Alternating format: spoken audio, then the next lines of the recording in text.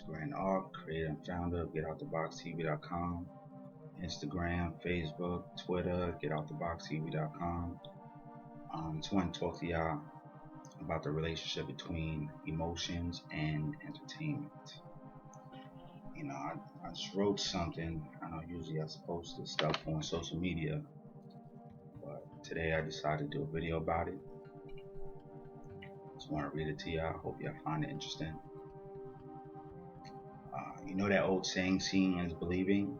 Well, it stands true even in regards to watching TV. There's a fine line between reality and entertainment, and whether you want to acknowledge the facts or not, the truth is the brain can barely tell the difference. Your eyes are only one of your 5 senses that is directly connected to the brain, and neurologists have already proven that the brain automatically believes 70 to 90% of the information it takes in. Neurons in the brain are constantly storing, connecting, and creating reference points with other neurons based off emotional reactions. Therefore, anything that creates an extreme emotion becomes hardwired throughout the brain and is stored in your subconscious as a real experience. The reason this occurs is because the brain doesn't know the difference between emotions produced by entertainment and emotions produced by real life events. You can easily tell this is true by the way the body reacts during a movie or TV show. Does your body jump, cringe, flinch, or produce a variety of emotions while watching TV? A television show or movie can produce trauma within the brain. If the brain didn't accept these 2D holographic pictures as true, then it wouldn't tell the rest of the senses in the body to respond. Every emotion in the body is preceded by a chemical response. The fear of a horror flick can paralyze your cells. The rush from an action flick can release an abundance of adrenaline. The suspense feeling of watching a thriller can cause extreme stress and anxiety. Any of these chemicals in the body released daily or consistently can be quite damaging to a person's psychological and physical health. The blueprint for most of these scripts is to take a person on an emotional, out of control train ride, leaving you in a wreck. Just like any substance abuser, people don't realize they're addicted to the lows just as much as they're addicted to the highs. Scientists have already proven that when a person watches TV, the right side of their brain, which is associated with subconscious thought, is 2 to 3 more times active than the left brain, which is associated with conscious thought. This type of imbalanced brain activity can cause an influx of endorphins to be released. Endorphins are structurally identical to opium, which is a habit-forming chemical. Therefore, you can tell a lot about a person's state of consciousness by what they find entertaining. Because once a person gets addicted to these type of emotional chemical imbalances, they will unconsciously start to recreate these events in their real lives. For example, people who watch drama TV are probably the same ones in the middle of all the drama at work, school, family, in the neighborhood, etc. Some of the worst drama queens are the ones who think they're trying to solve the drama, but meanwhile, they're getting it fixed by being a part of it. They act like they can't stand it. They really can't stand to live without it. The lack of critical thought or conscious thought while watching TV also makes a person more susceptible to subliminal messages like product placement, political propaganda, racial stereotypes, and so on.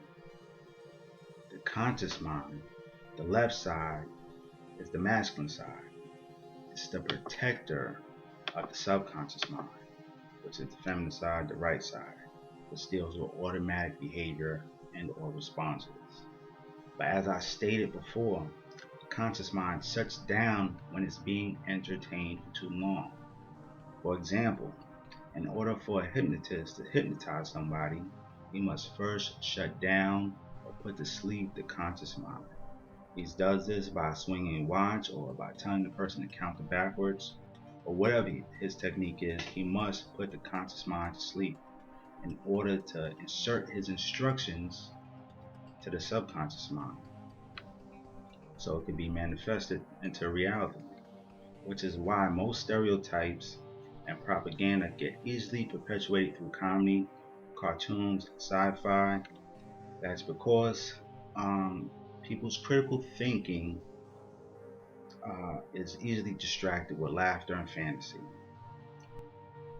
Another example is if you watch the same psychological suspense shows about the same person, the same phenotype, creating the same criminal behavior, then when you see these type of people in real life, your thoughts are automatically going to be biased. This is because your brain is constantly formulating ideas, trying to figure things out. So when you see a person, you're automatically judging them. You're automatically trying to figure them out. It's the way the brain works. The neurons in your brain are constantly connecting with other neurons based off emotional experiences. And I've already concluded that most of our extreme emotional experiences come from movies and TV shows. Therefore, the magic of cinema is integrating their ideas of morality and integrity into our humanity. Children under 7 have the most vivid imaginations out of all of us, what makes it even harder for them to distinguish between fact and fiction. Therefore, they are easily and the most susceptible to subliminal messages. This is why it's easy to fool children with myths and fables. They honestly and consciously believe these characters are real. But just like children, when adults finally meet their favorite celebrities in real life, they get mad when they don't act like the characters they're used to on TV. And on a side note, some actors get so caught up in their roles, they can't break out of their roles offset. They say art is a reflection of reality. But that's not true. It's reality that is a reflection of art. Art is the imagination made visual. So if our imaginations inspire us to be, then it is our art that inspires others to be. Therefore, art is a reflection of one's interpretation of reality. So whoever controls the artistry controls the direction of reality. Basically, there is a thin line between fantasy and the physical realm. And the ultimate gateway between these two realms will always be art and entertainment. Don't forget to check out my website, www.getouttheboxtv.com. Check me out on Instagram, getouttheboxtv.com, Twitter. Get some of these hats. I got shirts, sweatshirts, hoodies. Purchase some of this conscious apparel. Support black businesses. Peace.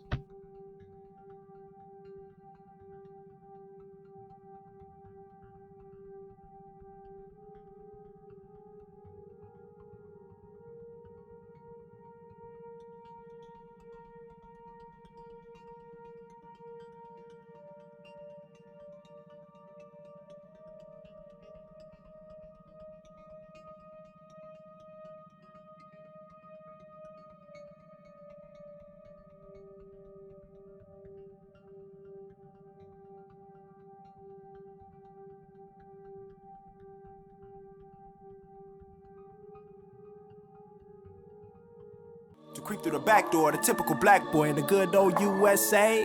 Before I push rhymes like Wade, I used to want to play for the NBA. Hey. Fuck I'm doing talking about pineal gland. Ancient ways of Sumerians. Ain't nothing wrong with a righteous man.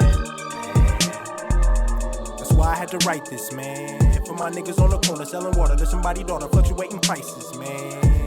I ain't got no gavel. I ain't trying to fight nobody battle. I just wanna be free. I ain't tryna be nobody chattel. Nobody chattel. Nobody chattel. Nobody chattel. Wish I could see Haile Selassie. Maybe my sovereignty will still be mine. If all the gangs in the world unify, we stand a chance against the military tonight.